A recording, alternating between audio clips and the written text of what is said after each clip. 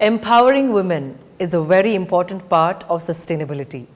Welcome to Sustainable Living with Shilpa Reddy, powered by Planet Green's Farm Natura, a new beginning to your life. Today, on this episode of Planet Green's Sustainable Star, I have with me someone who inspired me since I was 12 years old. Let's welcome the fearless and unapologetic Renuka Chowdhury garu. Renuka garu, a warm welcome to my show. I can't begin to explain how excited I am. Before we start the conversation, I want to share something with you. So I lived in Secunderabad. I grew up in Secunderabad, and my neighbors were Colonel Prasad Garu and Indira Garu, his wife. That's right. And my mom often mentioned about you and how you were related to them. And she spoke fondly about you, and she also kept saying that she's one of the most courageous women that she has seen. And I saw you a couple of times at their place when they had, some family functions. And even as a 12-year-old, I remember you walking with this fierce, unapologetic aura around you. And at that age, I didn't really see many women, as courageous and, who can project that kind of aura. Is that right? So, from sheepishly wanting to look at you from the corner of the room to today, being able to converse with you for my show feels incredible and gratifying. Thank you so much for being here. Oh, thank you. So, my first question to you is, looking at all that in all your life, what are the factors, be it your upbringing, parentage, education, mentorship, or how you personally perceived life? What are the factors that made you the person you are today? The criticism, the rejection, the hurt, the low self-esteem, the doubts. Low self-esteem? Yeah, the doubts. These are incorporated into our social systems, where we are forced to fall into the stereotypes that society defines us by. Correct. And I think we're in a very different era now. I think all you young ladies have a lot more sensitized and aware. Not that it's diminished the misogyny that we face every day. But at least there is a system change in some ways somewhere. True. So I think it's all that helps shape us. Either we give in, we cry, or we try to fit in, as they say. Or you then forge a path of your own. I got tired of trying to fit in. You were never meant to. Yeah, really. I've come at this stage of my life, I realized I was always a square peg in a round hole, and to hell with it. And your parents, did they play a role in how they brought you up? Yes. My dad was the coolest guy in town. Any problem, he would make a joke of it or laugh, but he also had underlying lessons. He said, if you believe in something, I was fighting big powers at that time in the universities. And he said, you think you're right? I said, yes, I think I'm right. So he said, do you know the consequences? I said, yes, I know the consequences. He said, okay, then go and fight. Wow. So I said, but I need a lawyer. He said, I never said I'll give you a lawyer. He said, you do yourself. Mother was inspiration for Hitler. So she would be the strict one who laid down the dynamics of what we had to do or not do, which I'm eternally grateful for, because that taught me discipline. What she laid down, her rules and made sure, that taught me discipline. And I saw her as a strong woman. She dealt with a lot, she took on a lot, and she dealt with a lot. She had a terrible fiery temper, which I've inherited. But there was a lot more dimension to what she was. She wasn't just unidimensional. So between a dad who, like the nuns in the school, college would tell the other girls, call your father. And they'd all go scampering and terrified. And I can relate to that. Yeah, and then when she told me, call your father, I happily took him along because he wouldn't even tell my mom about it. Oh, okay. So I think the lady understood, the nun, because the next time she said, call your mother. And I said, oh my God, that's a whole different ball game. I'm in trouble now. Okay. Wow. But I think that helps, two parents who help you balance. But my dad allowed me to be me. Wow. Mother tried to make me a good South Indian disciplined girl who was not fair and not getting a dowry. It didn't work. Okay. So in one of your talks, I heard you say that trees are actually our lungs. Of course. And not many people say that until they're truly connected to nature. Yeah. And I've seen you connect with soil, I've seen you connect with cattle. So effortlessly, you can milk a cow, you can plow, a field on a tractor. So what are your thoughts on soil sustainability? Because it's one of the biggest concerns world over in every nation now. It's a crisis that we are in. Today we are in a critical state. And the so-called progressed and developed nations don't have policy matters which have addressed this. India alone is going to lose billions of hectares to salinated soil, impacted compacted soil, monocropping, because there's no agricultural address of crop planning. So whatever's convenient, the farmer goes into it. Correct. So it's a failure of us to address that. And so monocropping doesn't allow crop rotations. That's right. Which would actually nurture and give nutrition to the soil, which we used to do earlier practices. They've all eroded and vanished, and urbanization and so-called urban development Paving everything. is absolutely absent. It's such a vulgar development that we are so-called development, because we're actually eroding what is the true luxury of our times, and that is virgin soil. To be able to have land which can breathe and give you produce. So today when all the dietitians tell us, eat this, eat that, there is a micro level deficiency in what you're growing, because the soil is eroded, depleted and devastated. And then you have the salination which comes in, which makes it impossible to grow crops. Correct. So actually it's a terrifying thing. So the pressures on agricultural land, urbanization takes over. You have, I don't want to talk politics here, but you do have policy makers who want to remove water bodies, because they actually have the arrogance to believe that there's adequate water, and so you can do away with the traditional water conservations. And I could go on forever on this, but it is of urgent importance. This is what we should have done yesterday. That's right. So sustainability is not just about environment. Sustainability is a way of living.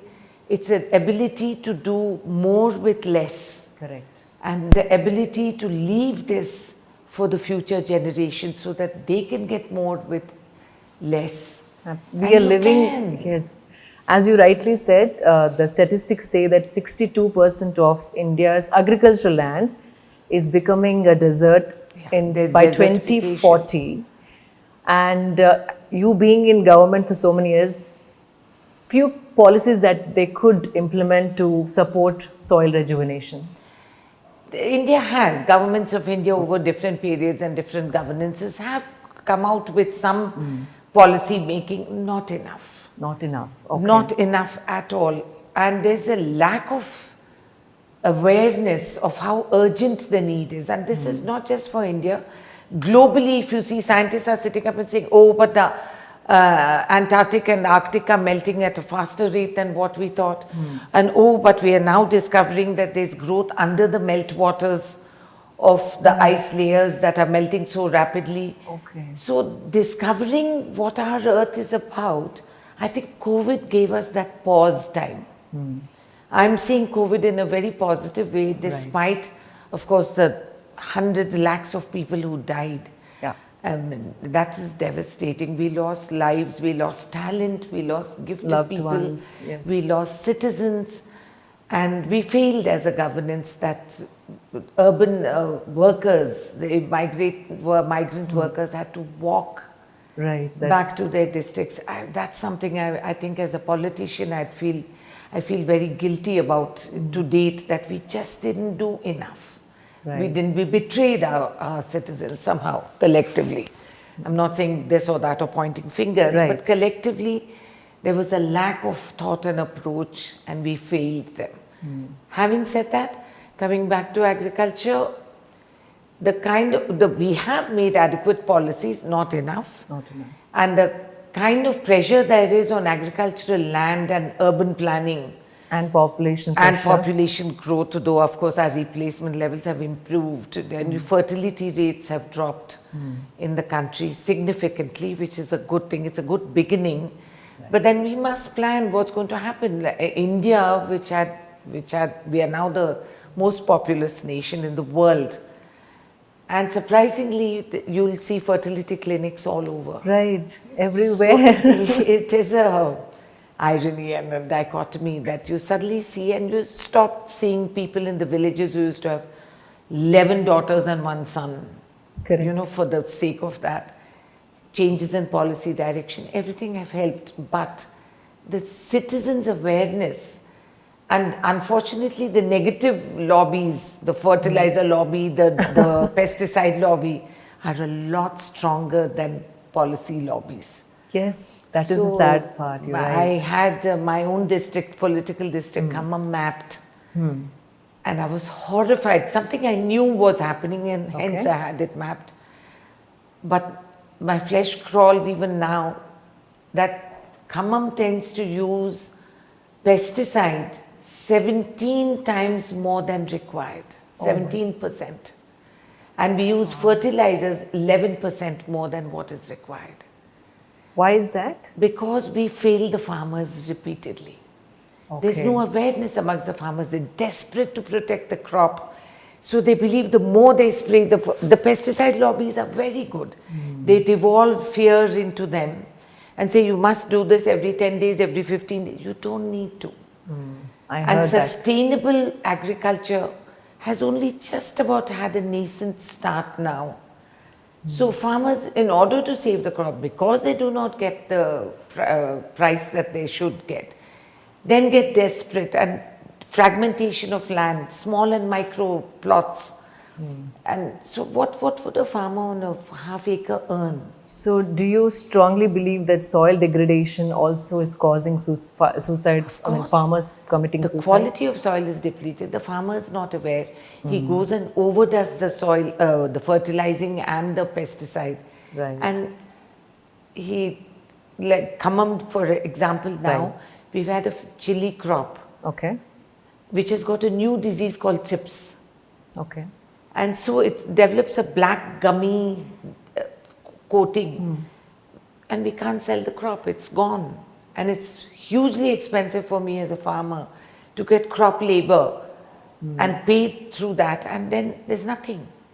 And this is not covered under my crop insurance. My money lender will give me money for the next crop. I don't have the luxury as a farmer to sit at home. Right. So I fail not whether I get a price or not. I have to go back to preparing the soil for the next crop. So it's a vicious catch-22, which goes round and round. So you have monocropping. The tiny farmer will see the big farmer, he's growing cotton, I'll also grow Right. cotton. Then there's glut markets, so you don't get the price, the market dynamics change. Right. Then he comes home with a pittance, but he has to prepare for the next. And pay his loans. So, oh God. It's no end. So desalination of soil, salination of soil, compacting of soil. Unlike the Delta Ganga soil of Delhi's, where the soil never cements around the roots. Here it's a cement. You have to keep digging, keep aerating the roots, Okay. keep allowing the land to breathe. Right. And we think only we breathe. Soil breathes, That's right. trees, plants breathe. Absolutely. Everything breathes. And then the soil, the air is polluted. And we come out with such late policies, and that sometimes there's an absence of learning. Right. Like the Valley of Flowers, which is a fantastic ecosystem. Okay. So in the name of tourism, they gardened it off. Okay. They Yes. cordoned it off to say that the flowers are dying. And the next year we got no flowers. And the mystery was solved because we realized that the animals don't go and their saliva which generates Oh, the flowering was flowering. absent. Okay. So sometimes what we think is knowledge and we lose out on the inherent intelligence of the structures that we Right. lived with. Absolutely. We forget that. So definitely soil salination impacting monocropping, desertification, all this is happening on the existing agricultural lands. And tomorrow there'll be a government policy which will remove this fertile land and give it for urban planning, and a new evolution of multi-story buildings come up where you don't even have groundwater. Wow. So This it's is quite terrifying. scary the It way is, it's it looking. is. We should be scared. We should be alarmed and scared. Renuka Garu, what are your thoughts on Sri Lanka's economic crisis and food shortages, and what kind of link would you draw from being ecologically sustainable versus economically sustainable? What has happened in Sri Lanka is a failure of timely policy intervention. Okay. So, the current government, I don't want to criticize, I'm not speaking as a spokesman for my political party or anything. I must give that word of caution, but as a farmer who's watched other countries, and Sri Lanka was an exemplary nation for us to look at, a tiny little country like that which was doing medicinal plants. They have huge medicinal plant production, as well as organic farming, which is really brilliant. But what they should have done perhaps, I'm not an authority, but staggered it so that the food availability it should have been there for the citizens of the country. They need to eat. At the end of the day, that's the truth. So they had great amount of monies which came into the country, which they spent a little carelessly, perhaps more on populistic methods than sustainable methods. And I don't want Sri Lanka to be the reason that people slap down organic farming. No. Organic farming will give you yields even in a diminished productivity rate than chemical farming in the future. Correct. Exams were cancelled because they didn't have paper for children to write exams. They didn't have paper. And the dichotomy there with the haves and have-nots, and the cost of daily food has become phenomenal. And so these are lessons for us to learn from. These are something that we need to look and curate to meet our needs. Absolutely. And it's a wake-up call. It's a red flag that we need to look at our neighbors. They're our neighbors. And it's frightening. And let's see how China intervenes there now. Let's see what they do. They gave them the money and then started calling for it back. So today our lifestyles have become more convenience driven than concern driven. Yeah. What can every household do in their ability or capacity to live sustainably on a personal level? Yes, of course.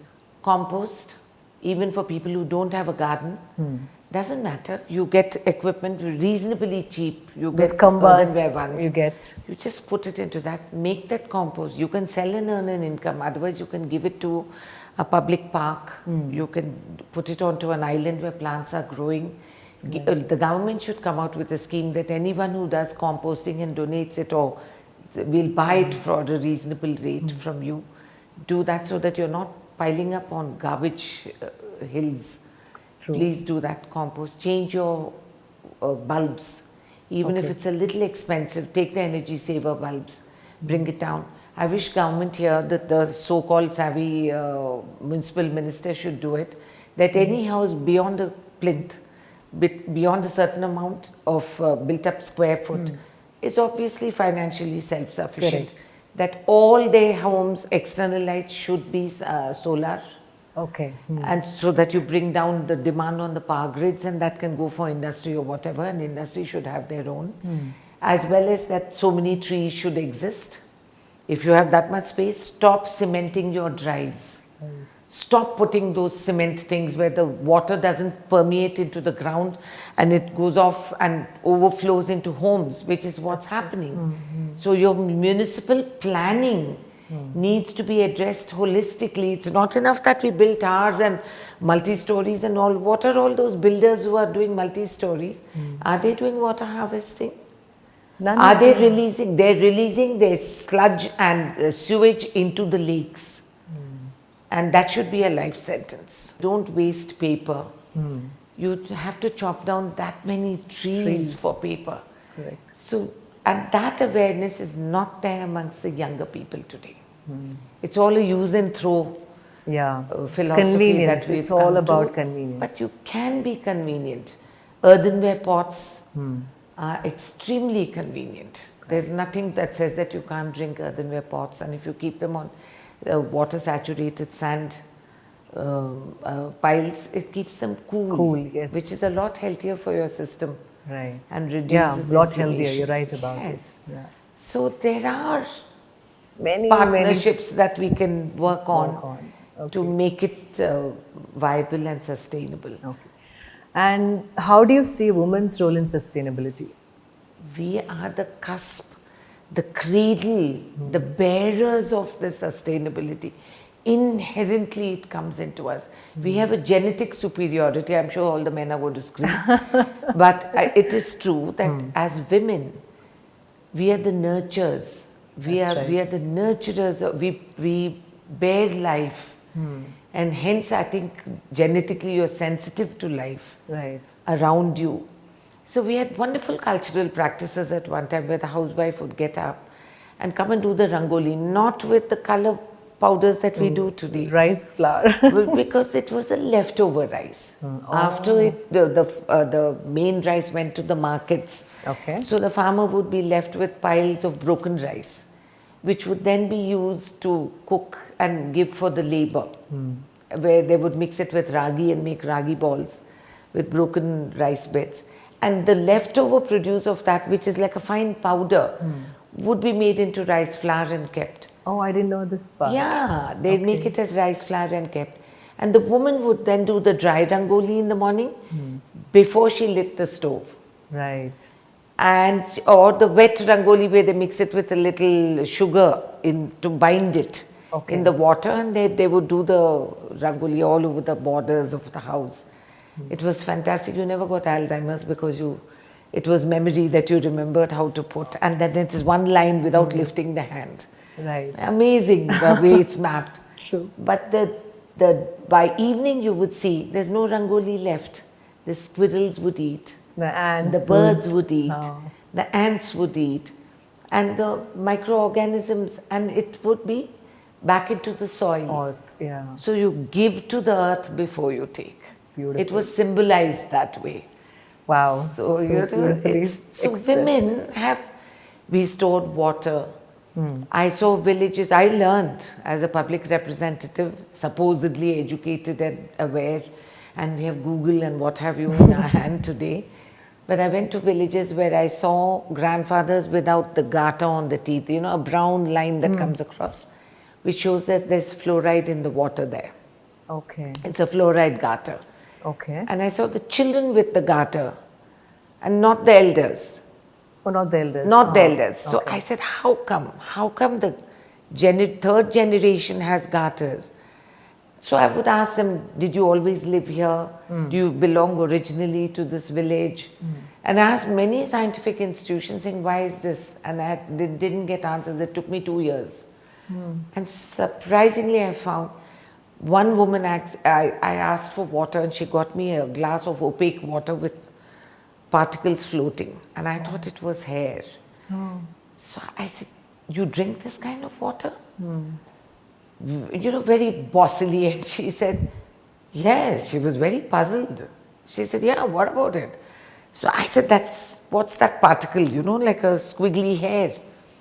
So she said, that's the tamarind hair. I said, what do you mean tamarind hair? Okay. Tamarind. Yes. Oh. So she said, we put tamarind in our water. So I said, why would you do that? Tamarind in what? She said, in the earthenware pot.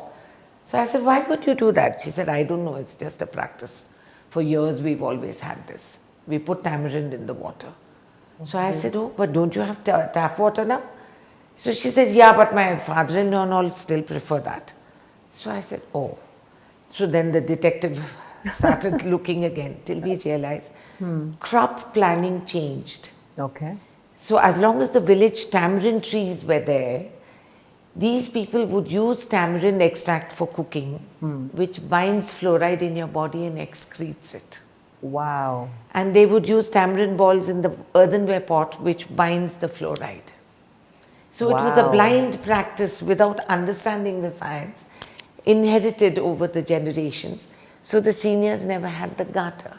Medical practices of having cesareans when you can have a natural birth. And pesticide from agricultural practices has permeated mother's breast milk. And cancer has risen dramatically.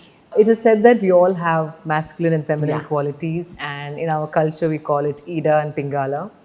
And yogic sciences say that if a human being can strike a perfect balance between these two, you can live in complete harmony with absolute no suffering and great health, and you can be at your full potential. So, having said that, how can equal participation of women in politics, what can it do to a nation? It brings a balance, a centering of what policy is. In the Congress time when we were in the center, when we were in governance, we brought in what is known as gender budgeting. Okay. Oh. And a lot of people didn't understand. It wasn't about giving things to women. It wasn't. So there was a hypothetical question that was asked. Okay. And the question was that if we build you a road, where would you like it to start and where would you like it to lead to? There was no right answer or wrong answer in this. Okay. So the men said, we wanted to go to the agricultural markets, we want to access to the highways, and we wanted to go to the Daru ka adda. Fair enough. Okay. Okay. So when this question was asked to women, and they said, we want to go to our place of worship, the temple or the church or whatever, school for the children, and we want access to the markets too. In that sense. Okay. Now there's no right or wrong. Right. But it brought in the perspective Wow. of what women visualize and need. Now, we had policy failure for many years in education. Okay. Now, why was it rocket science that you build schools and not toilets? Exactly. Something as basic as that. It's common sense that you need a toilet. And if girls are going to school, breaking the social barriers, I mean, the climb for a girl to reach school, she's discriminated at home. Mothers discriminate, they breastfeed boy children more, longer than girl children. Yes. I didn't hear this. We found those reports where mothers would breastfeed the boy child for a longer time than the girl child. Because the mother's social recognition was only that she gave birth to a male child. Right. So see where the reforms have to start. From the womb, from before the woman is born. There is a gender prejudice. It happens inherently. It happened because of laws and governance and everything. It wasn't there in Indian mythologies to that extent. Right. I mean, they keep portraying Sita as this crying, weeping, hand-wringing, helpless woman. She wasn't. She was quite a smart cookie. Her father brought her up. She knew archery, she knew sports. And by the way, she had a Swayamvara. Yeah. Where the men were lined up and she chose. Gets to choose, yes. And I think that's brilliant. And somewhere we brought this so-called honor killing, nothing honorable about killing your sister's husband, as has happened few days ago in Telangana. It's a shame. And parents killing their daughters. You'd rather see your daughter as a widow or dead than to let her have a life of her own.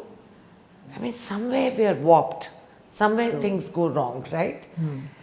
So, to bring that balance into governance, you need the woman's perspective. Right. To be able to understand how an environment can evolve, which is more holistic and acceptable. Absolutely. And much more organic than the rest. You go to a police station, the woman goes to complain, the cop is sitting. He's gender prejudiced. The woman goes to come. This happened in Delhi, in the Home Ministry. Wow. where the Home Secretary's wife complained about the husband saying that he has been sexually abusing their daughter, and the police told her that you are a liar, you're a shameless woman. How can you talk about your husband like that? Oh my, this is Delhi. This is Delhi, the capital. And now we come through this journey of COVID, where it is an earth-shaking experience for everyone. The world shut down. Nature blossomed because people were not trampling all over her. The earth was rejuvenating. But what happened in homes? Violence against women multiplied. Violence against children was phenomenal. So what is it that us as a supposed inhabitant of this planet, that we consider ourselves superior for? For what? Evolved species, so called. We consider ourselves superior. Are we really? Not really. That we can do this to another human being? That you rape children, that you rape the challenged, and for a Dalit girl, she's unfit to drink water from your well, but it's okay to rape her. So these are the dichotomies that we splinter societies into. And it's of urgent importance that we realize that the more women come in, it's not for tokenism, it's not to replace men. We are not that lacking in ambition that we just come in to replace, push aside the men and sit in their seat. That's right. Not at all. But to partner. To collaborate. To collaborate, to partner, to integrate the needs of, we are 50% of this, 51% of this population. And you don't have a say. You don't have a say to say how you want to use your body. The government will decide how many children we'll have. The government will make, we had huge heated arguments in our committees where we talked about surrogacy, which is a recent thing. And men actually believe that it's all right, that as long as it's within the family. I said, do you know the pressure that happens on a daughter-in-law then? That even if she doesn't want to, she has to be the surrogate mother. And the whole incestuous nature and the dynamics of bringing the child up because your brother can't have a child. The other brother's daughter-in-law, the wife will be a surrogate for your child. Like, come on. Wow. It's so convoluted. It is. And so all these laws that we bring about grandly, sweeping reforms, don't always work out the way we visualize them to be. You were ex-minister for Child and Women Development. You must have seen challenges up close. So what is true women empowerment, and how is it different for an urban woman and a rural woman? There are huge divides. Even in disease, urban women seem to be more prone to breast cancer than rural women. Okay. And the fact that in rural areas I've noticed and admired, you have a drunk husband who's socially accepted. He comes home and beats up the woman. That's also socially accepted for a while. There are no secrets in rural areas because it's a much more open living. Correct. So the women wait for a certain period, hoping he'll cool down. Then they go and they knock on the door and they tell them, Bhaiya, kya kar rahe ho? She'll die, don't be stupid like, and they bring the girl into a safe home, keep her with them. And next day the village counsels them, and then these women go back. The urban woman has no such recourse. Even the educated, well-earning woman is subjugated to terrific pressures. Her salary is taken by the in-laws. She has no authority to decide what she would like to do with her money. She will bear a male child to keep the family honor going, whether she wants it or not. And I made surprising discoveries which humbled me. Like a particular community of people I won't want to name because everything becomes political now. And so I realized there's a doctor who was practicing abortions at a much later stage. So, and that she was using the berry of a tree, a decoction which she would put into the womb, and they would be sterile. So the curiosity got me and I went to see it, masked and capped, and also they thought I was a doctor. And I asked those women, I said, why do you wait till you have 3 children and 4 children? So they said, because then our husbands will otherwise go and marry someone else. So we wait. So the mother-in-law brought the daughter-in-law for this secret procedures. And I tried to get ICMR to do a study group where we could follow them for 10 years to see if they are prone to uterine cancer or breast cancer or whatever. I couldn't get them.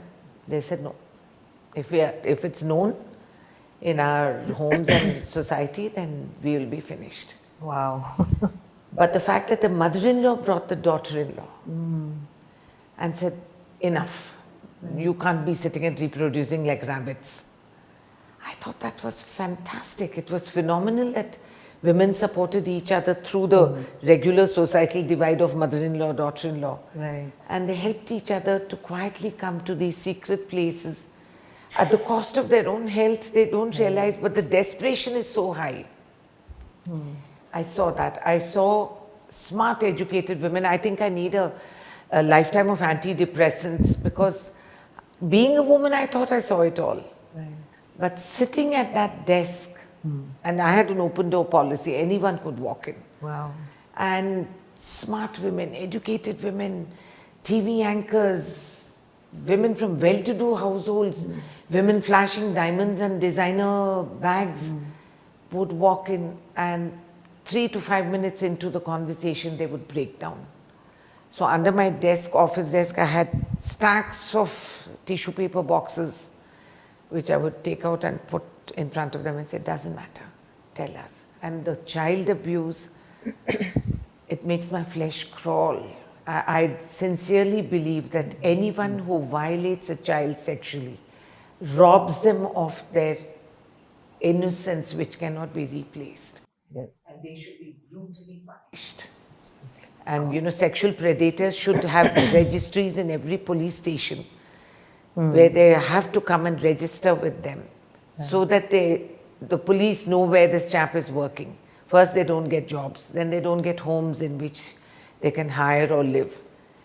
And because even in jails, people who predators and pedophiles are treated as the low life. Right. And it's women who have to protect the children. Yeah. India loses on her GDP growth factor. We lose almost 3% because you don't involve women. We could not open bank accounts even if you were an earning woman. It took a journalist to go to court. Really? Yes. Oh, I didn't know. It was a journalist who went to court and said, I'm divorced from my husband and I'm earning. Why is it I can't open a bank account for my child? So, you know, this father stroke guardian. Any idiot on the road could be guardian, but not the mother. Maternity is the certainty. Right. Oh, wow. The paternity is what I certify, baby. Yeah. You better be sure you're the dad. Only I can tell you that. Besides the DNA test. But, absolutely. But still we were vilified. Women were just the reproducing organ. That's it. That's her identity. So as we bring women to the forefront and they participate in policy making and decision making, women farmers are so lowly recognized. Right. The farmer kills himself to save his family from debt because the debt is on his name. The woman's left with the land and little else. She does the farming. She's the woman, farm labor on an average, and gets no incentives, no special niche or treatment. The tools of farming are made for men.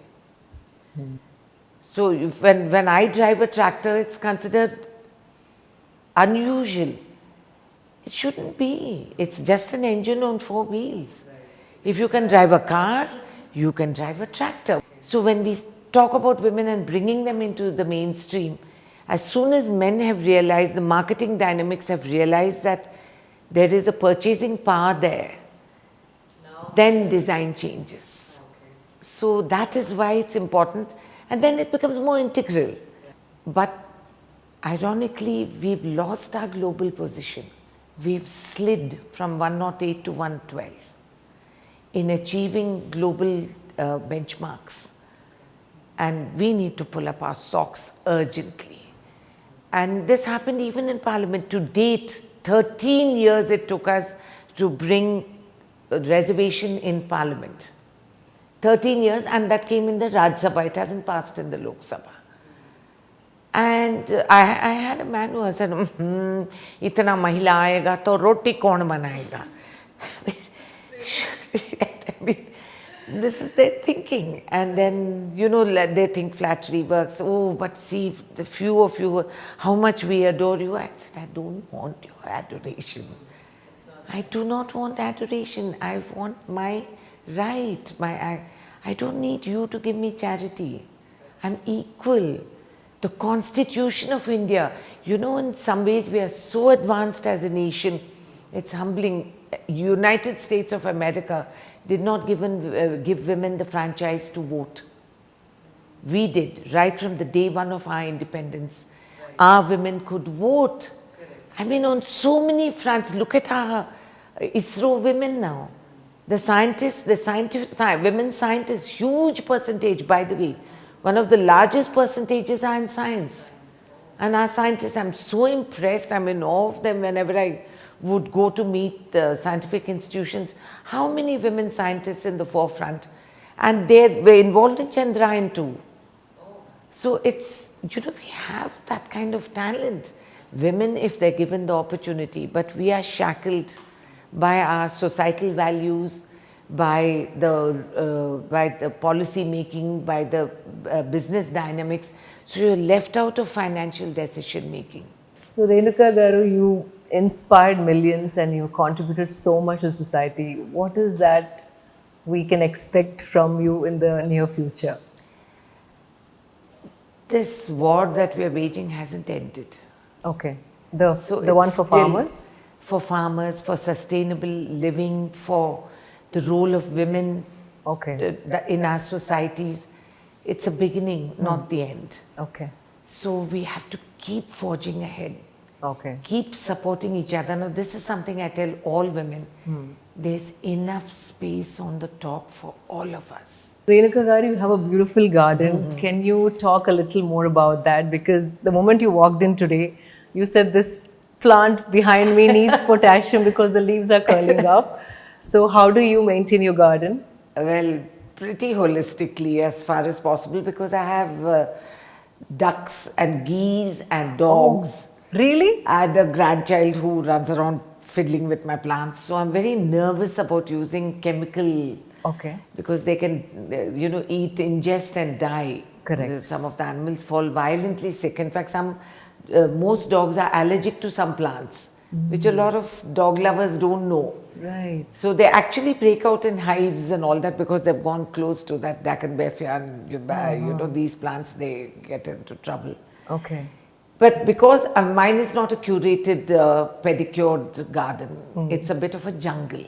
So I've let things grow. Wow. And I survived COVID because of that. Great dust filters, great shade they give. So through summer, without green nets, my plants survive. We have some. So I have an old pond, a fish pond, which I drained. And all this agricultural waste every day, the dry leaves, the fruit shedding, the change of season, we get a lot of shedding. Right. The neem leaf will shed everything. And the brutal pruning that we have to do before spring. Okay. So all those branches, I don't throw them. Okay.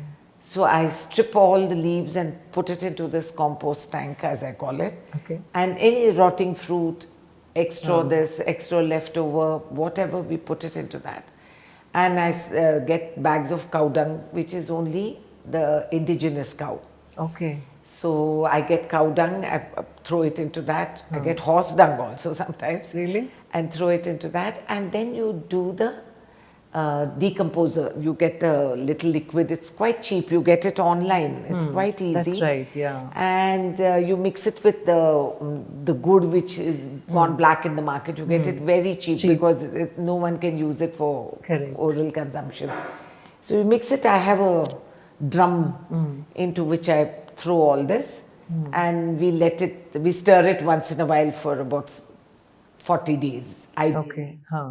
Then I use that on my compost heap, and it all nicely gets homogenize the whole thing. Wow. And it makes fantastic compost. So I don't buy fertilizer. Wow, that's This fantastic. is used.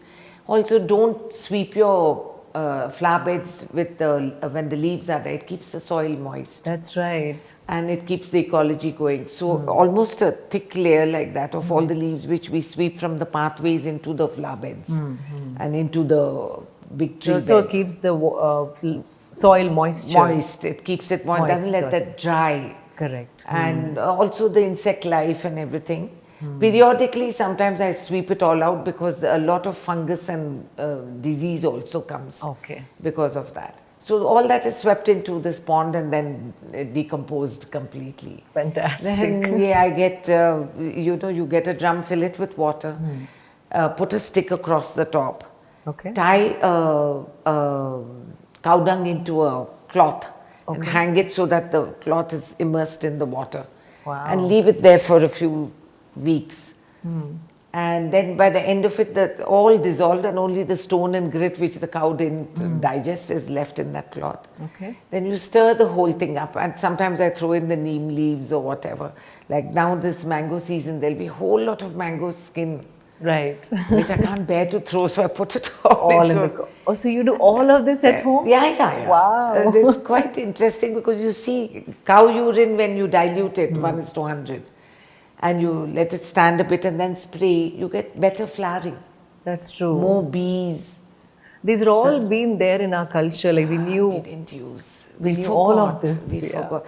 We got diverted into chemical, true. which is true. DAP gives you better flowering sometimes on your bougainvilleas and all that. Yes. But so does mustard cake. Okay. It stinks a bit, Ah. but that's fine. You just soak it in water and strain it and use the water for your plants. You get amazing flowering. You don't have to do 1717 and Wow, 1919 or any of those. So just get the neem cake, get the mustard cake, get bone meal, Okay. get your banana skins. Right. I High must in be the only one who potassium. goes around begging the banana guys, the juice guys. They have so much skin which they just throw. Wow, this is amazing to There's know. absolute wealth there. Correct. You know, and even the coconut husks. But now because of the cocoa peat, there's a collection that Correct. goes on. People go around to all these coconut fellows and they take collect. that. So Absolutely. that's extremely good. And all this, you dry it. It dries in no time, banana skin. Powder it. And put it into your plants and just see them thrive. Wow. And along with that, you will see butterflies increase. Correct. Birds come, bees come. So all ecosystem starts balancing. It's magic. It's actually magic. Wow. Because you sit there and you say, oh God, how come I don't see this? I don't see. And suddenly, and then before the monsoon, the best choir I've ever heard is the frogs croaking. Best choir. I love the way you said it. But it's true, you know, it at least for me, it's electrifying because I'm saying, okay, the system is alive. And you know the arrival of the new season. Yes, it and you hear but you know, I'm so upset. This stupid kite manja, it decapitated my resident koel. Oh no. I suddenly found this beautiful bird with no head, lying black bird with its wings, and that the koel would always herald the monsoon. Oh, You know, sad, it would always come. And then the magic of sandalwood trees. Because you do get tissue culture sandalwood now, but the genuine sandalwood is only when the bird ingests it Really? and does a dropping. Oh. And the sandalwood is ironically a parasite tree. So it grows next to another tree. Wow. With thriving on the other tree. And I think I have to speak to you at length, minus the camera, because no, but this is see, so this is fascinating. magic. It This is nature's It is magic. Magic. It is no less than And the magic. scientific research that's going on in agricultural sector, Yeah. I want the young people to come into it. It's Star Trek. It's actually Star Trek. Trek. You can make flowers bloom the day you want it to. Really? All the rose farmers in India, Bangalore especially, they export And so Valentine's Day, Christmas, New Year, these are the calendars. Correct, yes. And so they'll go as buds and they'll yield open on that day. You can program it. Fantastic. You can I didn't program know this. anthuriums. You can take I'm not talking of genetically modified. Right. No, I am against it. The But real- you can splice Okay. where you get better resistance to pest and all into one. And I love my farmers. They used Coca-Cola as a pesticide. It's phenomenal because they wanted the sticky solution. Traditionally, it would be oil and jaggery, which they Okay. would spray so that the friendly pests come, but the nasty pest gets stuck Gets and stuck. dies. So the good Okay. pest comes and eats it up. Got it. Prices went up. So they found alternative They ways.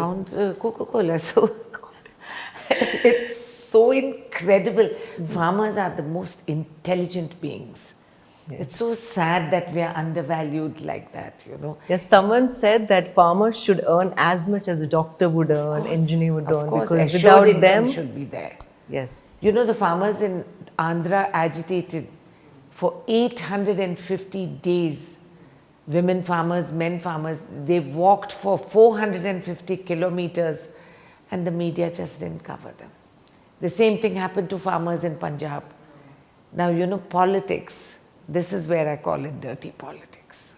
So Renuka Garu, last but not the least, and this is something you would know the most about trolls in today's generation of social media, but I'm sure you went through every kind of criticism, comment and whatnot for being a woman with a voice.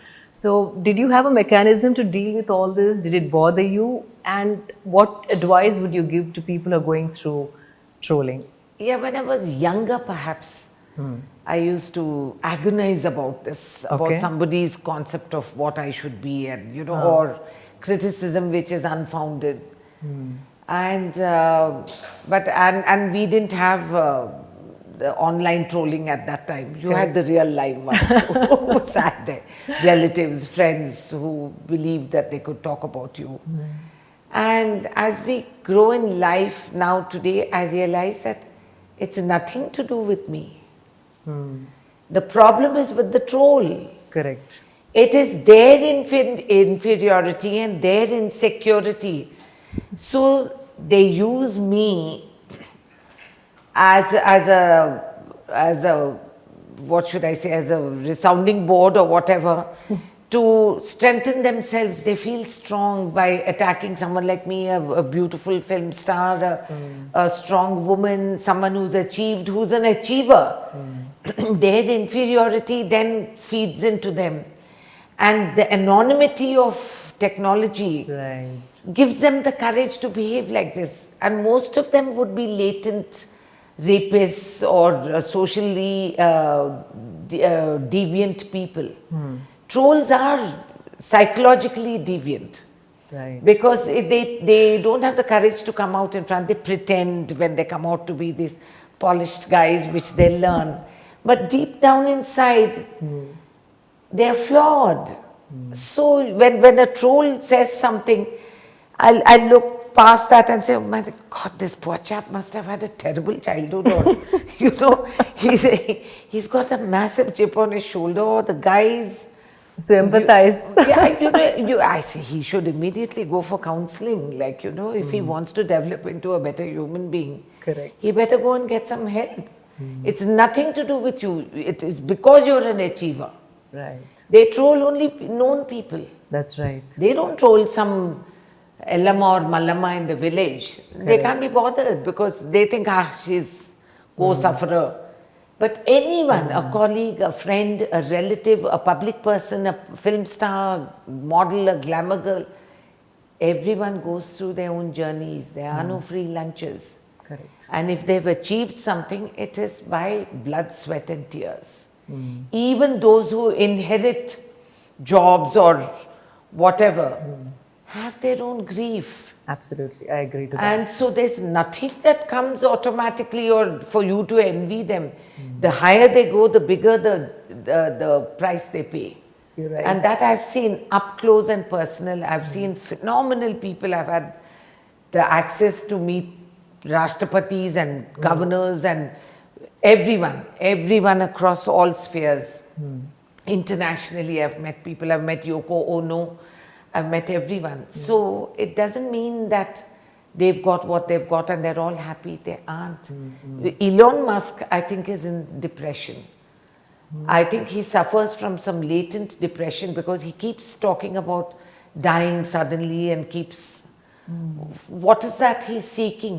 What is he seeking when he talks like that? And he knows he has the influence to reach gazillion people on this planet, and everyone thinks he's got it all.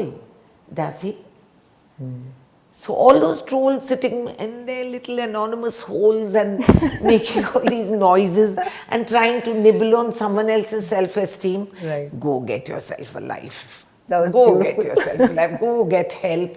And when you can crawl out of that woodwork as a decent human being, then you will be an achiever. Till then you're a loser. I'm sorry. Fantastic, the way you said it. I think this will give a lot of strength to people who are going through Yeah, why are such we things. defined by that anonymous idiot's ideology? Why? Who is he to say that he'll chop off your nose, or you look like this or you look like that? Darling, we don't know what you look like. It must be pretty pathetic. So, it's okay. It's okay. Wow. So Renuka Garu, you got into politics rather very young, even compared to today's trend. Yeah. What advice would you give to the young aspiring politicians in today's day and age? And also, how difficult was it for you as a young politician mother in those days? I think young mothers in politics world over, Really? things need to change. The British Parliament is very good that they, by rule, end at a decent hour so that the woman has to go home and cook and feed her family, even in the British Parliament, and look after her home and children. And now you have, internationally, you've seen prime ministers giving birth. Benazir Bhutto also had a baby while she was prime minister. Correct. And I went to parliament with a 3-month-old baby, my younger daughter Tejaswini. Okay. And there were liabilities that none of the men would yield to let me speak first. I would say that I need to go home because I have to breastfeed my child. So can I please speak, and could you wait? They won't. No one yielded. Really? They would become stony-eyed and glazed look and not answer. So quite often I had to surrender my time and go back. And it was wonderful because the beat constable would bring her child and leave. Okay. And I would ask them, how do you feel about it? And they said, "Bahut acha hai, Amma," because my child is not well and she can't go to school and my mother-in-law is not willing to look after the child. So knowing that she's safe here, I'm on my beat here, and then I can come in and peep on my child, I'm assured. Renuka Garu, I cannot begin to even explain how I'm feeling right now, having this wonderful, inspiring, insightful conversation with you. I wish I can speak to you at length, off the camera also. I learned so much. There's so much to take away from what you've spoken today, and I'm sure our audiences will feel the same. Thank you so much for inspiring, and we wish you continue to inspire all of us. Thank you.